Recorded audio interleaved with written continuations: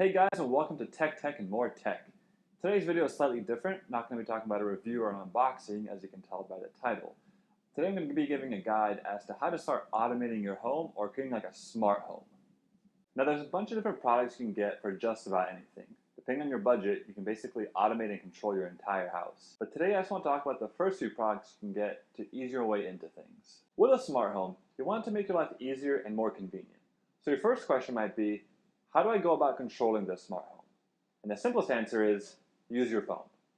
Every connected device will have a companion Android or iOS app.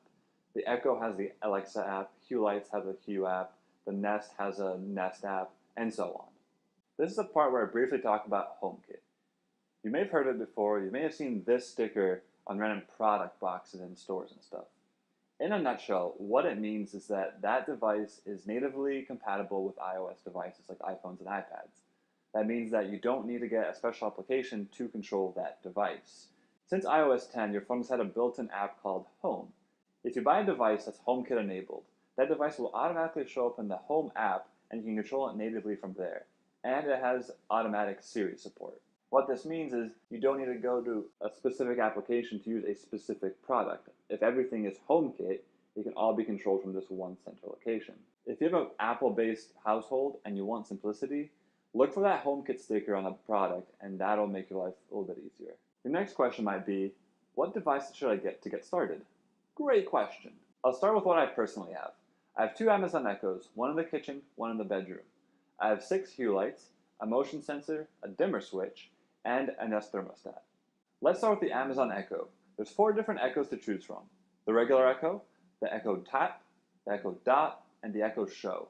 At the $50 price point, it's hard not to outright recommend the Echo Dot every time.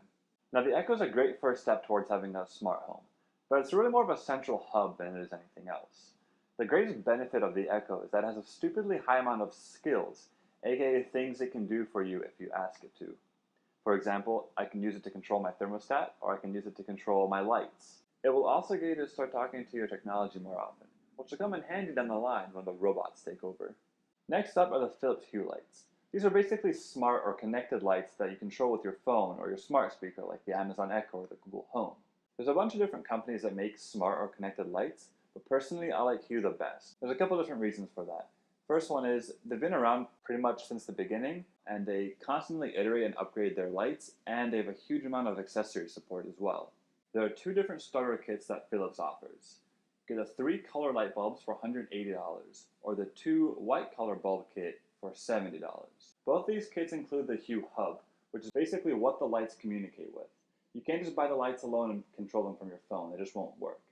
Between those 2 kits though, I would recommend going with the white starter kit first, only because it's cheaper and you're going to have that hub, so you can always add in color lights afterwards in case you wanted to change things up a little bit. So what can you do with the smart lights? Well, here's a few examples of their uses. You can automatically turn select lights on when you get home. You can turn off lights remotely if you forget to turn some off.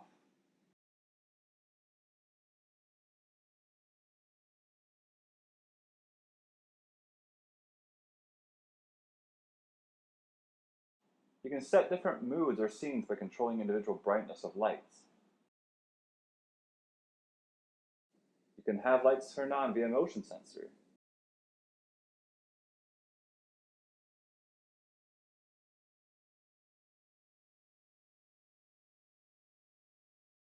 You can have lights turn on in the morning to help you wake up. You can add color to make movies and parties more fun. And the list goes on. I would start with selecting a room you want them in, and then fill it out room by room.